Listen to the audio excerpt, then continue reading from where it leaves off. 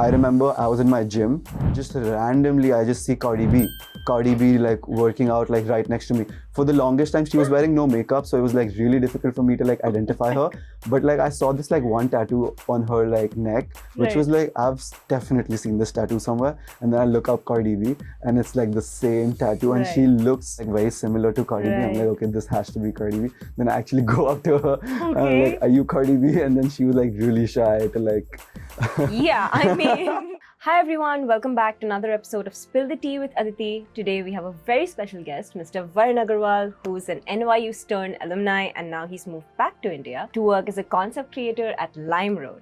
That's so interesting. So, Varin, today I'd love to talk to you about how the NYU life is. Welcome, how are you? I'm good, Aditi. Thank you so much for having me. Hi everyone. It's great to be here and I'm very interested to like delve into all of these different topics. Absolutely. It's NYU. I mean, I'm so excited because this is where all the tea really is. Yeah. So let's talk about the beginning. So how did you end up at NYU? Was it your dream school or is that a place that you ended up at but didn't plan to initially? How did it happen? I think when I was around sophomore year of high school, I was always looking up to UPenn as like my dream school. Okay. And I was like, okay, I really want to go study at the Warden School. And I applied for a summer program there. I spent a month there at the campus. It was amazing. But the end of the summer course was actually one day in New York. So I finished the summer course. It was amazing. Wharton was great. You know, I loved the campus life, everything. But that one day, which was like the end of my summer school, which I spent in New York, was like all of that 1 month, which I spent in Wharton. So I was like, I definitely want to be in New York. And that is like when I had pretty much set in my mind that I wanted to come to New York for my school. And then it was just like, what is the next best business school that I could go to? Right. And that, you know, that landed me to NYU Stern. So like, the rest of my high school, I, you know, did everything I could to get into that school because I really wanted to be part of that school as well as be part of that city. So it was just like, you know, it's sort of a dream school. Okay, that sounds amazing. Just to understand, what was it about New York that just made you want to go there? So I had actually visited the so-called NYU campus and the New York, you know, streets and everything. Okay. The Washington Square Park is like what we call our campus at NYU. But yeah, I visited that, just spent a day there with my, you know, friends from summer school. And I think we just had a great time as compared to the time I would have probably had at the campus school in UPenn. So I just felt like there was like so much more that we could do, so many things, so many activities that we could do in that one day itself. And I was just like, this is something that I want for my college experience. Like, I don't want to be limited to a sort of campus. Wanted the city to be my campus. So that is why I felt like a city campus would be like a best duo for me. Got it. Okay, so what did you do in high school then to get into NYU Stern? I mean, NYU itself is a competitive school, Stern even more so. It's a business school, right? One of the best in the country. So what were your activities like in high school to get in? Yeah, definitely. So I think in high school, primarily of my time was like spent in playing sports. So I was very much into football. I was a goalkeeper, and a lot of the activities that I wanted to do, you know, even to like get into college or whatever that was, to center it around my football career. So I wrote a research paper on football. I actually started an NGO for the underserved kids to play football. And my research paper was something which was complementing that itself. So I had introduced a sort of data analytics training module for these underserved kids, and I had like an A/B test where I was testing people who were getting that data sort of inputs in their training, how their performance is improving over the months compared to people who were not getting. And then obviously, eventually we had put everyone into that because the findings of the paper were that, you know, the data-led training was really helping the kids grow their sort of football career. And when I'm talking about data-led, it's more just like teaching them how to learn graphs and like teaching them how to look at numbers. And it was just a very wholesome experience because these guys had not essentially been a part of, you know, those of whatever school that they were attending at the part. So that was a very cool experience, and it also gave me a lot of satisfaction in terms of like that I played that sport myself and I was able to, you know, do something around that piece itself. That NGO is still up and running.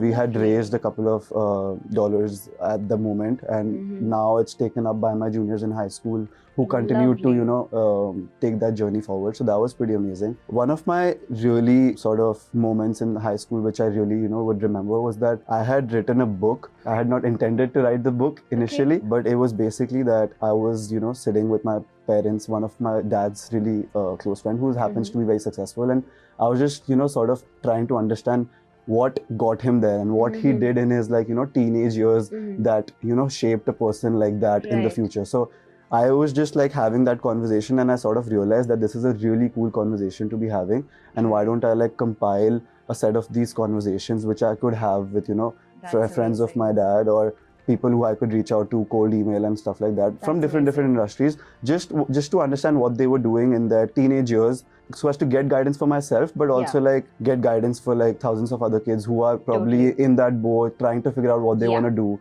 and all of those things. So initially started off as something which I wanted to do just so I could, sort of frame my career in what way I wanted to take it, because I was always into business and like sports, but I never really knew which one to pick or like which route to go for. Right. So I think that really helped me like sort of gain a better understanding as to, what I want to do.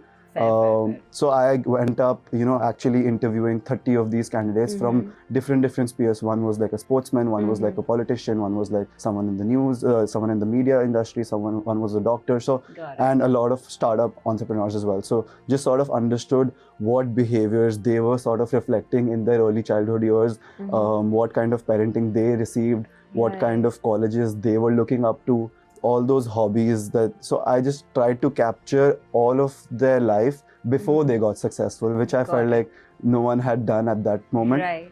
And that I think really helped me also stand out for, let's say, a college like NYU Stern, because I wasn't much into reading books, but I wrote one, so that was pretty funny. Right.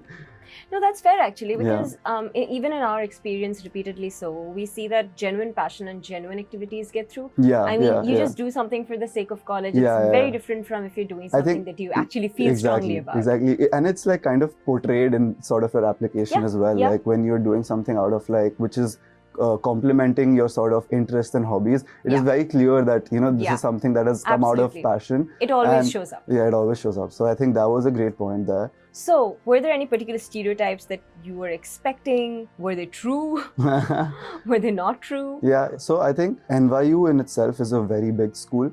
The typical stereotype was that, it's a rich kid school and you would find a lot of hippies and hipsters and sort of those things. And then one was NYU, and then obviously there was Stern, which had its own type of stereotypes that, you will find people who are snakes, who would not, sort of share homework with you or like tell you anything in class, and just because everything in Stern was percentile based, so everyone was sort of always competing with each other. Those stereotypes, some of it were true in sense of that I did find a good group of friends which I felt like I could always rely on to, like, especially when I'm talking about Stern, there were a lot of people who were definitely very competitive and who would not be very friendly in, those sort of academic situations.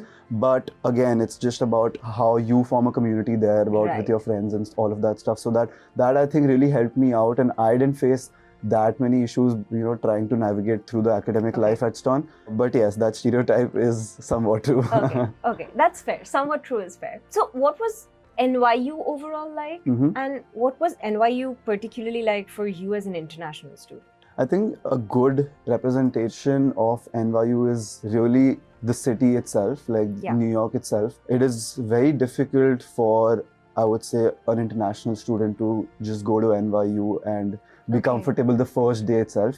I think definitely it takes a certain while to get used to that fast-paced life which New York has to offer, because our campus is pretty much in the middle of the city, and it's not a fenced area which is a campus. So you get out of the class and all of a sudden it's like the entire of New York you're walking into. So it's primarily only the city which is their campus life, and that needs to be very clear with all the people who are applying there, because what New York has, it has its cons and it has its pros, that, the pace is very fast. You're always like on the go. You're running from a cafe to a class to a restaurant, and there's just like so much to do. So obviously, like in that terms, NYU was great because I had initially comforted myself with a set of friends which helped me sort of fall back to, whenever I was feeling sort of alienated from the big city. In terms of my overall experience at NYU, I would do it again. Because that experience was something that I think would not come back to me in this lifetime. Yeah, it's the quintessential big city big city college and experience. Just, people from all over the world. Like, I think that was one of the key things at NYU, that because it was situated in New York, a lot of people wanted to come to NYU just because they wanted to see New York. But did that make it easier or worse for you to settle? Again, like, it's a mixed answer that, some people could find it a little difficult to blend into, but the good part is also that because there are people from so many different places and types of people, if you actually want to, you would definitely find your sort of sweet spot of those friends, and you will find people who are into reading, or you would find people who are just into partying, or you would find people, you will find all types of people. There is where I was coming from. So I think there is a place for everyone in New York. It's just about finding that. Maybe getting to that place is a little challenging, but once you do get there, I think it's very also difficult to leave New York, which I recently did. So that was also a very difficult sort of moment, because once you get used to that, sort of pace of life, it's just really difficult to quit that and, step back. Even, when I used to, go for like spring breaks or like, Thanksgiving breaks or all of that things, all of those things, when I actually stepped out of New York City is when I used to realize, oh my God, like, like that's a pause. Like I just got out of something which was really chaotic. But when you're living in New York, you don't feel that at all. Like, you're probably like on adrenaline all the time, and you're just like feeling very pumped. So I think that feeling is definitely there, and I would really recommend getting out of the city once every while to like sort of feel that moment of ease. But yeah. Okay. So as a student, is a life this fast-paced, like, is it conducive to an academic life? Was it distracting? Did you see people struggling? Did you struggle?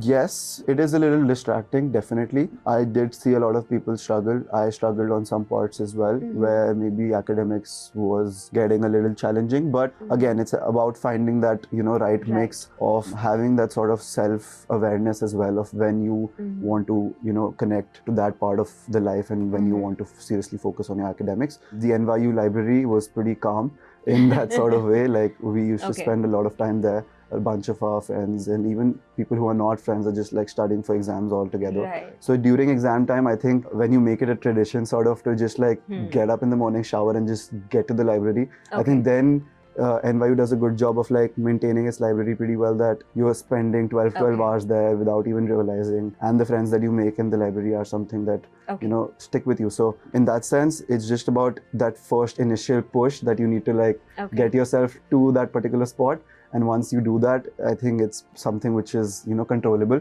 But yes, definitely I did also see people who got very swayed by the sort of activities that were there always to do in New York, that they were a little bit struggling. But again, it's about finding that right mix. Okay, speaking a little more of academics, what was the flexibility like of the curriculum in NYU and NYU Stern? Did you have the flexibility to take classes, remove classes? What was the whole curriculum structure like? I majored in business management and computing and data science, so I double concentrated. That's how we call it at Stern. But I think when you talk about flexibility of academic it's comparatively much more flexible than I would have imagined. I ended up taking the most random classes, which were like even outside Stern, like random classes at NYU. I remember I took this like one rap class, which was actually with a very famous like rapper called Black Thought. And it was so interesting because he was a very famous person. The first day, I didn't even know, like I just had to like take this class because I had to like fulfill certain requirements. And I just like ended up in the class, and I remember everyone's just like super excited to meet the professor. And the professor goes on asking everyone like, oh, so why have you taken this class? Why have you taken this class? And everyone's just answering that, oh, it's because you. And I'm sitting there with like absolutely zero idea who this professor is. And I'm just like, yeah, I'm just here to like fulfill my requirement. But it was pretty funny, but actually that class ended up becoming one of my most favorite classes at NYU because it was something that I'd completely not expected to do. learning how to rap from a rapper itself, and being surrounded. And this class, I remember, was in the Tandon School of Engineering, which is actually in Brooklyn. So that I added to the aesthetic of this class. The randomness that is NYU. Why is this class in Tandon? Like, does anyone even know why this class is in Tandon of all places? Like, who decided this class belongs in Tandon? It's actually this is the randomness of NYU. No, but this is such a common theme that, like, the flexibility of the US system is that it allows you to just take classes. Most colleges will just let you take anything, right? And when you do that, it's funny how often people mention that, oh, that class I took that had nothing to do with my major was my favorite experience in college. And I'm like, that is so random.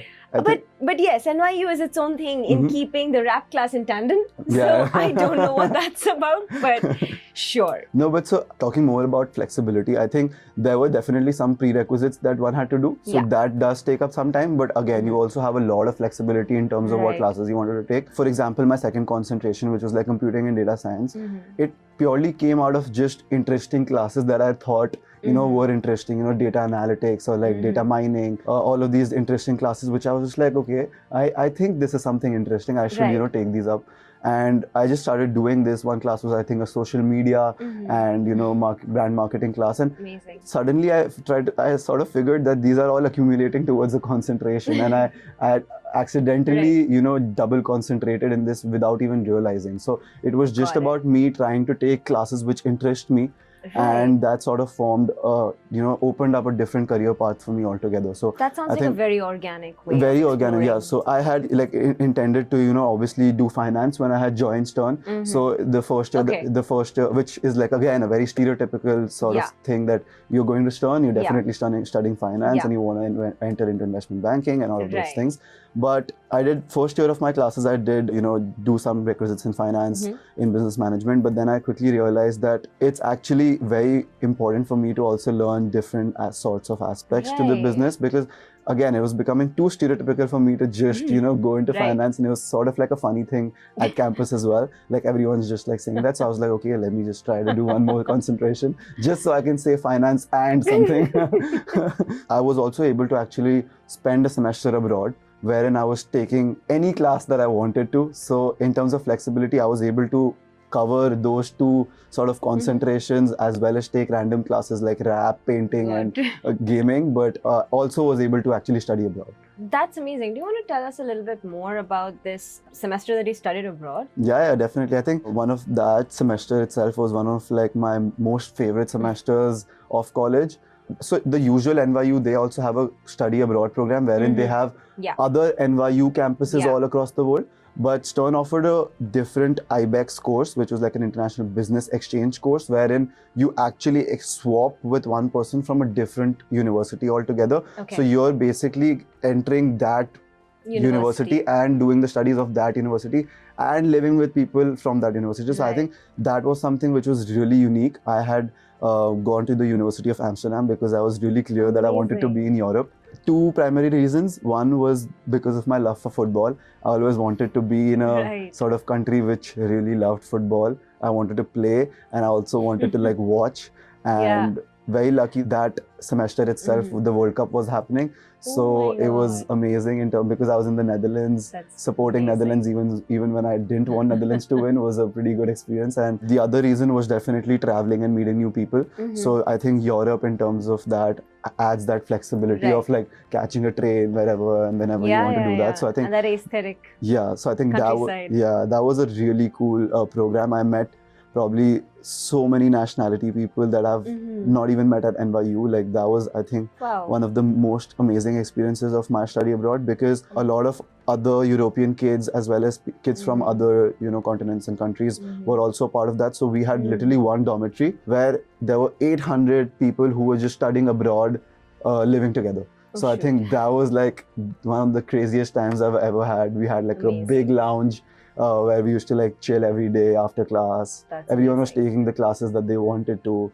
So I also did a lot of business classes there, which was surprisingly really good. And I was like under the assumption that, I'm I'm from Stern, why would I waste my business credits over here?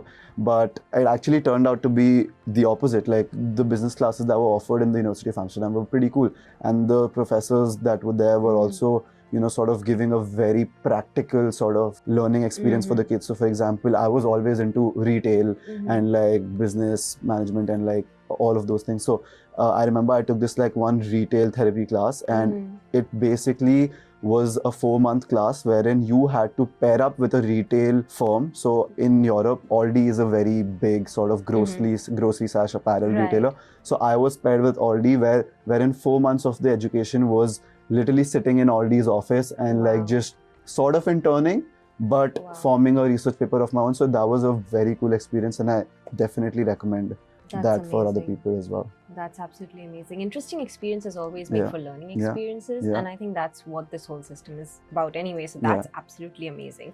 Speaking of sports, what's the sports scene like at NYU? It's pretty non-existent, to be very fair.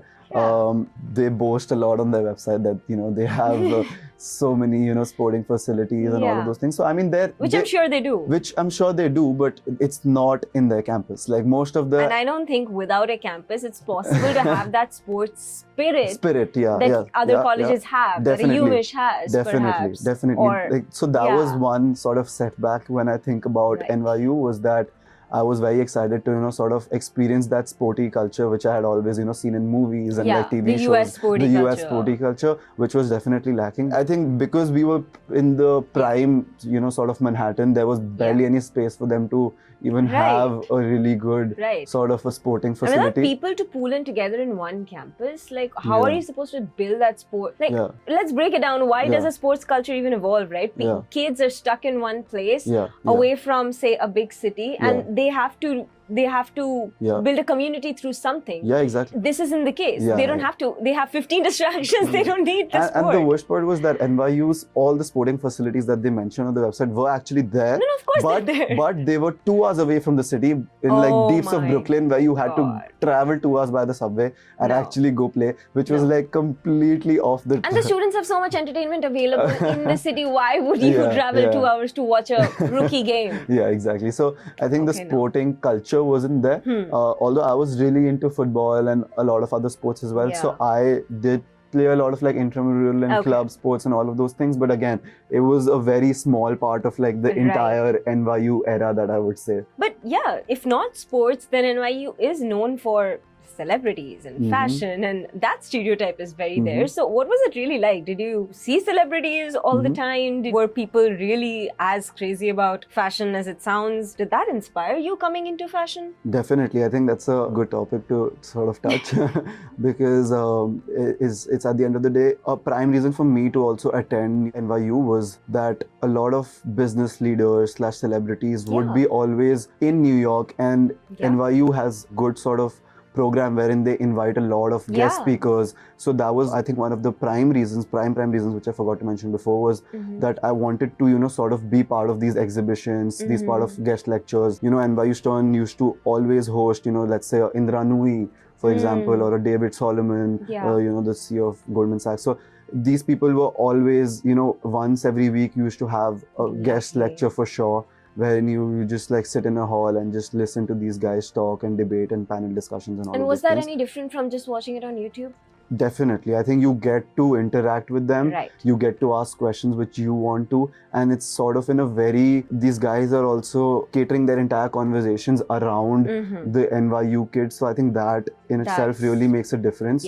And a lot of NYU professors were also very famous when I'm talking about Aswad Damodran, who's, like the king of valuation, or like Scott Galloway from marketing. These guys are like always in the news giving their, sort of expertise for the entire world. So I think having to see and witness those was obviously a great example. When I'm talking about celebrities, you would literally bump into so many celebrities just sitting in Washington Square Park. Like I remember I was in my gym and just randomly I just see Cardi B like working out like right next to me. For the longest time she was wearing no makeup, so it was like really difficult for me to like identify her.